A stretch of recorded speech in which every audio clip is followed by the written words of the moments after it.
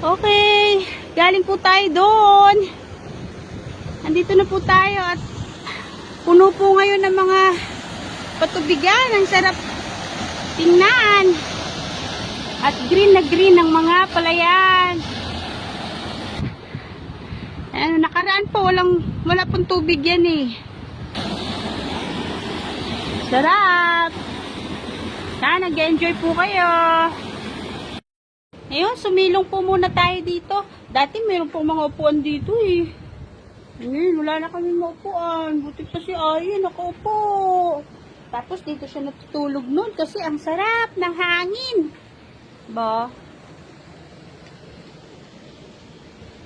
Yuhuu!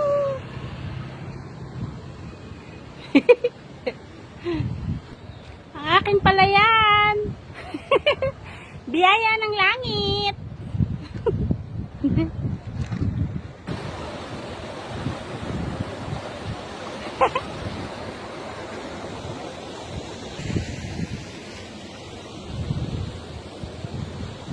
Ayun, sana po nag-enjoy po kayo.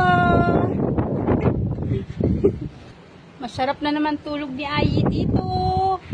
Ako upo na lang muna sa gilid-gilid. Bye everybody!